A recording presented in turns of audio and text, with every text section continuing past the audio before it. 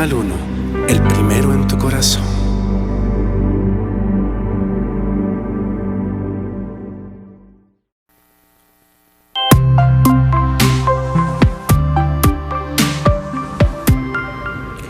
Hola, hola, muy buenas noches, gusto de saludarlo, gracias por estar en su programa Póngase Cómodo. Hoy vamos a conocer a una mujer que ha ejercido diferentes cargos públicos y uno de ellos, de los más importantes, vicepresidenta de la República. Veamos de quién se trata.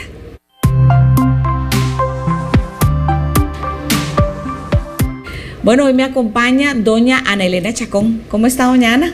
Muy bien, Patricia, muchas gracias. Encantada de estar con vos aquí y muy cómoda. ¿Verdad? Sí, de eso sí, se claro, trata. Yo le dije, véngase súper cómoda, tranquila, nada de muy vestida, ni mucho menos, porque la idea es que estemos como en la sala de la casa. Relax, este silloncito está maravilloso para conversar. Y qué dicha que ya está de vuelta en el país. Aquí estoy, hace ya un año y tanto que regresé a Costa Rica, encantada de volver a estar en mi casita también con mi gente. Exacto.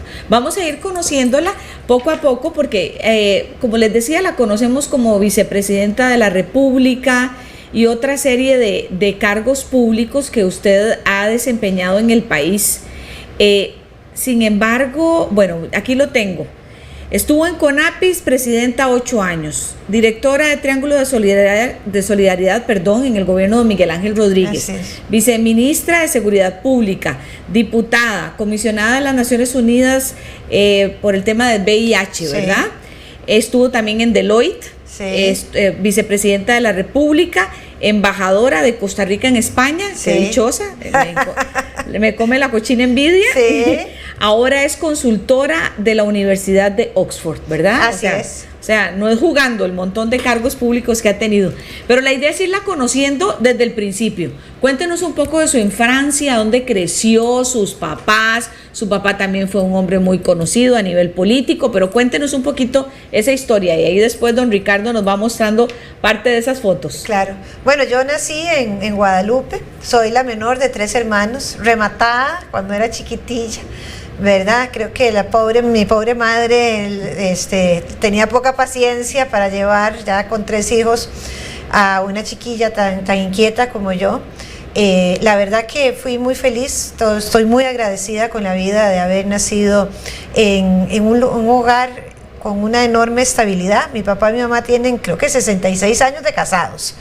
Así que bueno, eso ya en estos tiempos es como un milagro. Ya eso no lo haremos algunos de los que estamos contando acá. Y la verdad que crecí ahí en el barrio Jiménez, donde sigo viviendo todavía, contenta. También teníamos una finquita en la Garita de la Juela, que era como el lugar más lindo al que yo podía ir porque me encantaba subirme a los árboles, comer mangos, jugar. La verdad que era muy Susanita, jugaba muy a la casita y a las muñecas y esas cosas. Y fui a la escuela y no era como la mejor estudiante del mundo, yo soy disléxica. Y entonces ahí tuve, pues nunca me quedé de grado, pero tenía como dificultades para entender con diferentes metodologías. Entonces estuve en 2 escuelas, de kinder a 3er grado estuve en la Angloamericana y luego 4º, 5º y 6º grado estuve en la escuela San Joseph, donde tenía otras metodologías que me gustaron más, que era que me hacían investigar y de lo que yo aprendía por mí misma luego lo resumía y lo procesaba. Entonces desde muy chiquilla aprendí que hay inteligencias múltiples. Creo que eso me iba a preparar para una vida donde iba a coger también la discapacidad, que ser disléxico no es una discapacidad, pero bueno, te da ciertas cosas. El aprendizaje. Claro, y todavía me tengo que corregir. A veces escribo y digo, me voy a devolver porque me daría mucha pena que esto fuera con algún error. Sí. Y además en esa época también no es como ahora, ¿verdad? Que atienden las diferentes condiciones de los niños, ya profesores muy especializados en ciertos temas, ¿verdad? En esa época la maestra normal era la que intentaba lidiar con algunas cosas diferentes en algunos niños. Claro. Y creo que no había mucha psicología para entender tampoco esas cosas, lo cual me alegro que hoy en día haya menos estrés, ojalá, ¿verdad? Hubiera menos estrés en todo el tema educativo, entendiendo que hay muchas formas de hacerlo. Pero creo que hablé como desde que tenía 1 año y nunca me callé. O sea, la parte oral me fue bien. La escrita, ahí ha ido. De esa sí le sacó provecho hasta la fecha. Hasta la fecha, soy conversona. Papá de 87 años, mamá 85, bueno, don Luis Manuel Chacón, muy conocido, como le decía. Sí, no diga la de mi mamá porque se va a enojar. Y doña María Elena, ¿verdad? María Elena Echeverría es mi mamá, sí. La menor de 3 hijos, ¿verdad? Son Laura y Luis Manuel. Luis Manuel es el mayor, se lleva 1 año y 1 mes con Laura, y luego yo me llevo con Laura 2 años y medio. ¿Y ellos estuvieron lejos de la política? ¿Hicieron otras cosas? Sí, mi hermano Luis Manuel sí ha estado un poco más inmerso en algunos momentos de la vida, digamos, no en cargos públicos, pero más interesado por los temas políticos. Mi hermana Laura nunca. Luis Manuel se ha dedicado más como a la parte privada, estudió finanzas, y Laura estudió psicología, tiene un doctorado en psicoanálisis y hace unos trabajos hermosos, no solo en su vida profesional, en su clínica y en la academia, sino también con una ONG que se llama Fundamentes, que trabaja en los lugares que más se necesita la retención estudiantil, con un modelo extraordinario de atención a la salud mental. Y ese núcleo familiar siempre está unidos, vivimos red de apoyo, todos. Claro, vivimos los 3 a la par, cada uno en una casita ahí en Guadalupe. Todos viven en el mismo lugar. En el mismo lugar. Y a veces pasan días y no nos vemos. Es curioso, ¿verdad? Si nos topamos ahí, pero claro que están para cualquier apoyo. A mí me ha pasado, ya contaré más de mis hijas, pero que pido un auxilio por algo así, claro, ahí están. O que yo amanecí y me siento mal, entonces Laura va y me compra una pastilla, y Luis Manuel sabe poner inyecciones y me las pone. También cuento con mi cuñada Eugenia, que es como una hermana para nosotros, tiene 30 y tantos años, 35 años de estar casada con mi hermano. Entonces, y mis sobrinos. Así que somos una familia chiquitita. Somos 3 hijos, y de esos 3 hijos mis papás tienen 6 nietos, 2 de cada uno. Contribuimos así con Dios y con la patria. Y después tengo 2 sobrinos nietos de mi sobrina mayor. Ay, qué lindo. También ya ha llegado esa otra etapa. Sí, claro, pero esos están grandísimos ya. Es que mi hermana se casó súper joven, entonces imagínate, mis sobrinos nietos, ya mi sobrina nieta tiene 15 años, pasó los 15 años. Sí. Y después de que ya pasaste la escuela, el cole, estudiaste Relaciones Internacionales y te casaste muy jovencita. Yo me casé también. De 21 años, recién me había egresado de la universidad. Me fui 1 año a vivir a Estados Unidos porque mi exmarido estaba terminando ahí una especialidad, y regresé a concluir todos los exámenes de grado y demás, y recibí el título estando embarazada de Marisa, de casi 8 meses de embarazo. La más gordita que fue a recibir el título era yo. Nació Marisa, y a los 3 años y 4 meses nace Carolina. Que es Nina. Que es Nina, famosa Nina. Todo el mundo la conoce como Nina, ¿verdad? Nina es famosísima también.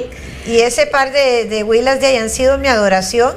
Es como tener 2 hijas únicas también. Exacto. Muy especiales cada una en su rango, en su diferencia. Marisa es una mujer súper inteligente, tiene una personalidad enorme.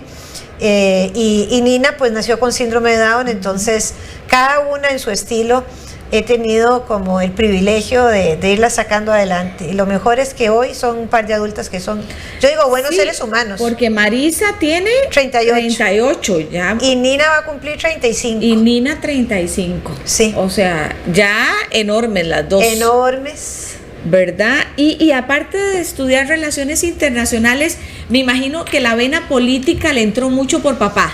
Claro, yo he tenido siempre una admiración profundísima por mi papá, ¿verdad? Él es un hombre tremendamente bondadoso, que le ha dado mucho a este país en realidad. Y cuando yo era chiquitita, a mí siempre me gustaba acompañarlo. Yo era muy pega, yo desde que nací he sido muy pegada a él.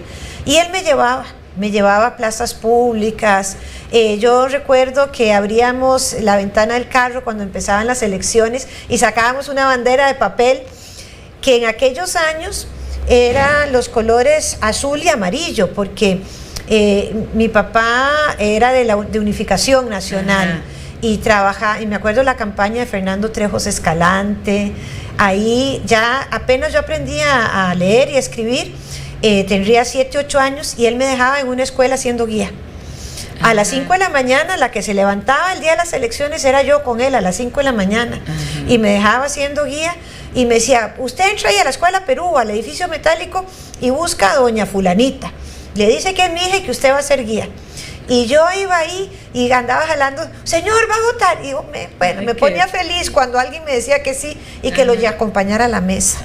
Y así... no había ningún compañerito en la escuela, ¿no? Entonces podía hacer otras amistades, nos llevaban un sándwich con un jugo de pera, y así fue creciendo. Pero tan bonito, ¿verdad? Era Primero lindísimo, porque era una fiesta en la que uno se involucraba de una manera preciosa, y además la seguridad, ¿verdad? Claro. O sea, la dejaba ahí. O sea, momento uno no deja al hijo ahí viendo a ver quién se lo topa ahí. No, tengo unas anécdotas. Yo he tenido como 12 o 13 años. Y me dejó en un parqueo ahí por el edificio metálico. Me dijo, aquí va a ser la sede. Era una convención, no era una elección nacional. Y entonces los del candidato de enfrente agarraron un puesto de naranjas y empezaron a darnos de naranjazos a los del otro precandidato. Y entonces yo cuando veo que llega mi papá ahí chillando llantas a recogerme como a las 6 y pico, que ya se habían cerrado las mesas, y ya a mí me chorreaba el caldo de naranja. Cogió una revista, porque mi papá es muy lector, la puso en el carro y me sentó, porque se le había olvidado que me tenía ahí trabajando, y ya me llevó como loco y me dejó en la casa. Pero eran experiencias muy bonitas. Sí. Y yo, ese acompañarlo a él, me enseñaba otra Costa Rica que yo no era mi burbuja, mi entorno. Él fue candidato a la vicepresidencia en la primera campaña de Rafael Ángel Calderón Fournier, ¿verdad? En el 82. Y entonces recuerdo haber ido a todas esas plazas públicas porque ya yo estaba grande y no me había casado. Yo me casé en el 83. Es que ya yo soy historia antigua del siglo pasado, ¿verdad? Entonces, no tenía responsabilidades de casada ni de hijos, solo iba a la U en esos años.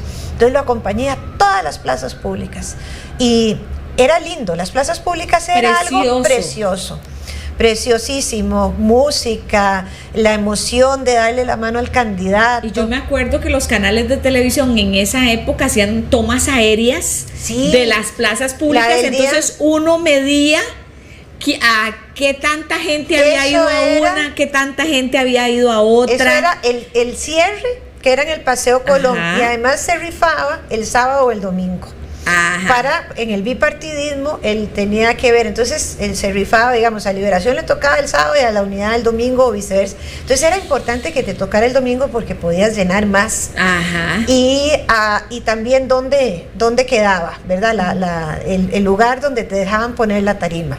Y además los buses, eran buses de gente y era las banderas fiesta, de color, sí. Era lindísimo. Era lindo, era una fiesta cívica. Exacto. Eso, pues, claro, han venido cambiando las cosas. Ahora podemos hablar de la ruptura del bipartidismo y de otras cosas, ¿verdad? Pero en aquellos años, eran dos, ¿verdad? Eran dos, claro, siempre había una pequeña participación, ¿verdad?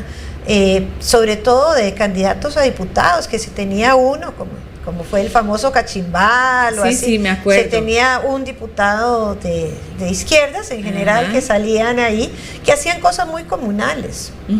Y ahora, ¿qué dice tu papá, digamos, de cómo ha cambiado todo esto? Me imagino que hace comentarios. Sí, claro. Ya nada es como antes. No, pero mi papá es un hombre muy brillante, entonces él entiende que las cosas han cambiado, que la forma de hacer política ha cambiado, que hay que tener una mirada diferente, pero él sigue siempre soñando con una Costa Rica sin corrupción, porque eso yo lo aprendí muy directamente de él. Él siempre ha luchado contra la corrupción, y uno de los temas que más ha luchado mi padre fue contra el narcotráfico. Cuando él fue diputado, realmente las dos comisiones de narcotráfico que dieron sendos informes que resultaron con cosas muy importantes, culpables, ¿verdad?, señalados. Ahora está muy preocupado por esta situación del país, ¿verdad? Porque él dio dio toda no solo su fuerza y su inteligencia, sino hasta el peligro de su vida, ¿verdad? Cuando se enfrenta así al crimen organizado. Entonces, no, mi papá tiene una cabeza extraordinaria y entiende con claridad los tiempos, cómo han cambiado. No se sienta a quejarse, él siempre es propositivo. ¿Y cómo fue la experiencia ahora en los últimos 4 años que estuvo de embajadora? Tal vez comparemos las dos experiencias, primero como vicepresidenta de la República en el gobierno de Luis Guillermo Solís y después como embajadora en el gobierno de Carlos Alvarado. Bueno, ¿qué le dejaron esas experiencias? Yo quiero como contarte más bien qué me han dejado varias experiencias. Ajá. Yo no he tenido un solo trabajo que no me haya enamorado profundamente de lo que hago. Desde que fui directora del Triángulo, o sea, yo el día que terminó esa administración, dejé amigos en 47 cantones de este país, en los más pobres, con proyectos terminados y otros avanzando, y se va uno con el corazón roto, no por dejar solo el trabajo, sino porque hay proyectos de los que está enamorado. El Viceministerio de Seguridad Pública también. Yo amo a los policías, el trabajo que hacen, la gente los maljuzga, pero en realidad son personas que dan la vida por este país, mayoritariamente. 2 o 3 casos de corrupción que hayan salido, pero son mayoritariamente gente muy buena. Y entonces, luego, por supuesto, el resto, pero ser vicepresidenta fue un gran honor. La verdad que fue un gran honor, una gran responsabilidad. Yo tenía a cargo el sector social. Traté de coordinar de la forma más atinada 33 diferentes programas de la institucionalidad costarricense. Eso sumaba un porcentaje enorme del PIB, más del 67% de la totalidad del PIB del país, con una misión que me dio el presidente Solís Rivera, que es: Ana, usted tiene que encargarse de bajar la pobreza de este país. Y con mucho orgullo digo, nosotros terminamos el gobierno con 2.5% menos de pobreza, con pobreza extrema, especialmente énfasis, lo hicimos ahí, con un gran equipo, todos nos comprometimos, nos pusimos la camiseta. Cuando hablo de tantas instituciones hay que entender que la pobreza es multicausal y que entonces hay que tener un involucramiento grande de muchas instituciones. En el año 17, en el 2017, la desigualdad bajó, según el índice de Gini, de 1.21 a 1.14, o sea, bajó estadísticamente bastante. Entonces, tuvimos bastante logros importantes y claro, yo estaba enamorada de lo que estaba haciendo, porque no hay nada que te deja a vos más gratitud que saber que el trabajo que vos hiciste sirvió para que otras personas puedan vivir mejor. De eso se trata la política. De eso se trata. Esa es la política de verdad.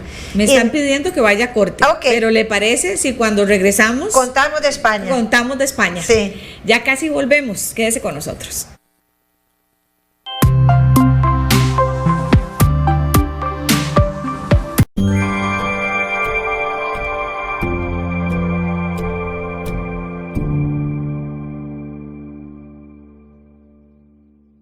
La tecnología avanza. Vamos juntos a moverla a una nueva era con las redes empresariales 5G de Colby Negocios. Una red inalámbrica de última generación, exclusiva y a la medida. La única que garantiza la automatización, alta resolución, velocidad y seguridad de procesos críticos, contribuyendo con la maximización de recursos y reducción de costos. Llegó Colby 5G a evolucionar tu empresa. Conoce más al 800 Empresa.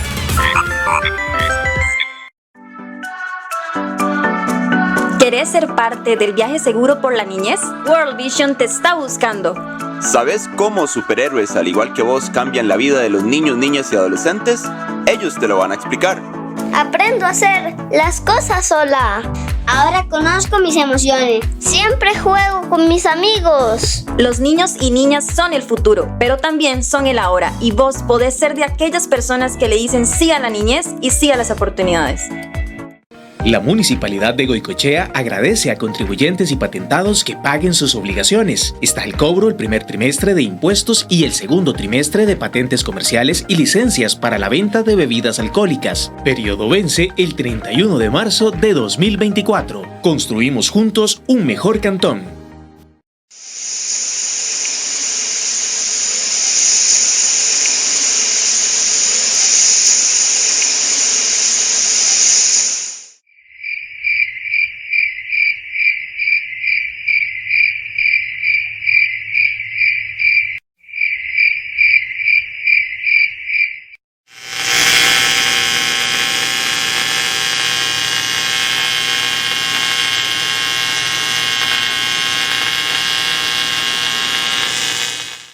La final del concurso de belleza más grande, prestigioso y antiguo del planeta, Miss Mundo, vuelve al fin a la televisión nacional. Disfruta la señal en vivo desde India, este sábado 9 de marzo a las 8 de la mañana por Canal 1. Apoyemos juntos a nuestra señorita Costa Rica, Grizzly Salas.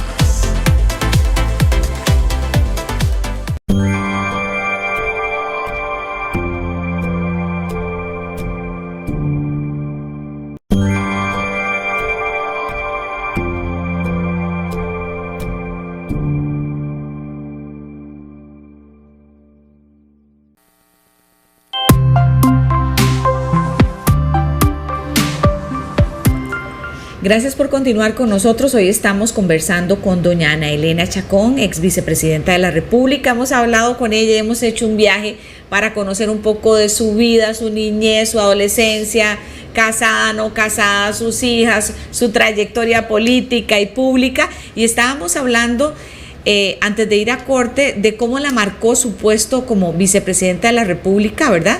Y ahora en otra nueva etapa en la que acaba de terminar también como embajadora.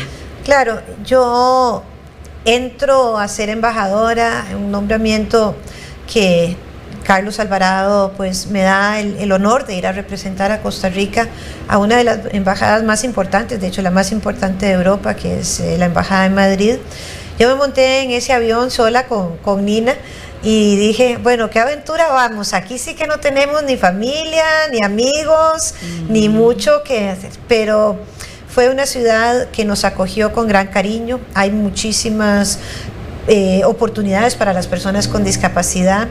Me vine con más amigos de los que llegué, con un corazón lleno de amor, entendiendo la importancia de lo que es realmente representar a Costa Rica, con la pasión que uno debe tener para mostrarle al mundo qué es Costa Rica. Yo tuve que pasar la pandemia en España. Uno de los hitos más importantes fue hacer el primer vuelo humanitario, donde sacamos personas que tenían ya 2, 3 meses de estar en Europa, en Asia, en África también. Ese vuelo llegaron como con 350 costarricenses, no volaban aviones en mayo de ese año. Y fue gratificante poder ayudar a los compatriotas de muchos lugares a salir, porque una cosa, imagínese, usted va de paseo, 15 días a España o 15 días a India, nos pasó con gente. Sí, usted lleva un presupuesto, claro que sí, ¿verdad? Pero cuando se le tiene que seguir pagando el hotel y la comida y además quedarse encerrado. Y no una semana más, anímicamente sí. Eso fue muy, muy hermoso. Y también durante la pandemia nosotros logramos tener una tasa del intercambio comercial que creció entre España y Costa Rica. Es decir, uno trataba de ver por dónde lo que estaba afectando al país, que era la ausencia de turismo, ¿verdad?, en divisas, podíamos compensarlo con otros, digamos, proyectos de exportaciones que sí pudieron mantenerse vivos durante la pandemia. Me tocó pasar la pandemia ahí sola con Nina, todavía no había llegado Marisa a vivir conmigo, y claro, preocupada por mis papás que estaban aquí, que era lo que más me preocupaba en esos años. En España se morían realmente 1000 personas por día. Llegó un momento donde habían lugares como que eran pistas de patinaje inmensas, los hicieron morgues, es decir, se respiraba la muerte ahí, porque tocó muy fuerte, ¿verdad? Estaba muy cerca de Italia, donde se da uno de los primeros casos, y empezó a haber un contagio enorme. Y ahí también aprendí lo que era una pandemia y lo que es trabajar post pandemia para una recuperación no solo del país, sino una recuperación realmente del mundo entero, ¿verdad? Y además el trabajo activo, ¿verdad? Desde una embajada, porque muchas veces hay quienes ocupan esos puestos y no pasa nada. Y creo que incluso muchos los ven como un puesto vacacional, ¿verdad? Sí. Pero si usted asume ese rol realmente, o sea, hay mucho por hacer. Claro, nada que ver. Yo creo que de todas maneras ese trabajo activo depende de la persona, por supuesto. Ajá. Pero hay que enamorarse de lo que uno hace, y como el país no tiene recursos, tenés que estar constantemente asistiendo a muchos encuentros para poder explicarle a la gente qué es Costa Rica, qué se produce, cómo podemos promocionar el país desde el punto de vista turístico, desde el punto de vista comercial, desde el liderazgo en materia de derechos humanos que Costa Rica ha tenido. Y como yo también he tenido bastante digamos, trascendencia en temas de género, me invitaban constantemente a las universidades a hablar sobre las desigualdades de género y a dar conferencias sobre estos temas. Hace unos días estuve en el Foro Internacional de Mujeres en Resistencia iraníes. Eso me parece súper interesante. Sí, Irán es un país que viene viviendo una dictadura desde hace 44 años. Que antes tampoco digamos que vivía en democracia, sí, ¿verdad? Claro. No vamos a llevarnos a confusión. Pero es una dictadura religiosa que los ha llevado a tener un lugar realmente paupérrimo para las mujeres, de enorme violencia. Y entonces la resistencia a este gobierno autocrático y represor que tiene Irán, la están haciendo las mujeres. Y nos invitaron a una serie de mujeres que hemos ocupado cargos públicos o que somos conocidas por no mantenernos calladas ante las injusticias. Había muchas mujeres de los países nórdicos, que habían diputadas, expresidentas de otros países. Por Costa Rica solo fui yo, y pudimos constatar de primera mano cómo están vapuleando y matando a las mujeres porque se les corre el velo. Tienen una policía en el metro, y si usted se baja y el velo se le ha corrido, pues entonces la matan a palos, como ocurrió hace pocos meses. Las mujeres que están encarceladas, y yo aproveché para hablar sobre la injusticia que vivimos las mujeres en Irán y por supuesto en muchos lugares del mundo, donde están encarceladas sin un juicio justo, o donde son maltratadas y torturadas, o donde no tienen derecho. Por ejemplo, en Irán, si usted se divorcia, los hijos solo se los deja el padre. Las mujeres no tienen derecho sobre la maternidad, y a mí me parece eso un tema pavoroso. Ni quitárselos al padre ni quitárselas a la madre, porque al final, ¿verdad? Si hay una maternidad activa y una paternidad activa, se debe compartir. Entonces, estas son oportunidades que me da la vida para entender las desigualdades más allá de las que vivimos en este país, que ya me preocupan suficiente, ¿verdad? Y poder ir y compartir con esta clase de mujeres. Bueno, ya se nos fue el tiempo de la primera parte, imagínense. Entonces vamos a quedarnos acá para hacer nuestra segunda parte y que la podamos disfrutar también aquí en Canal 1. En el próximo programa vamos a hablar sobre todo de la faceta de doña Ana Elena como mamá. Tiene 2 hijas, una de ellas con síndrome de Down, y eso ha hecho que muchas de las causas que ella persigue en la sociedad estén motivadas por Nina, que es esta mujer síndrome de Down. Pero volvemos el próximo martes a las 8 de la noche aquí por Canal 1.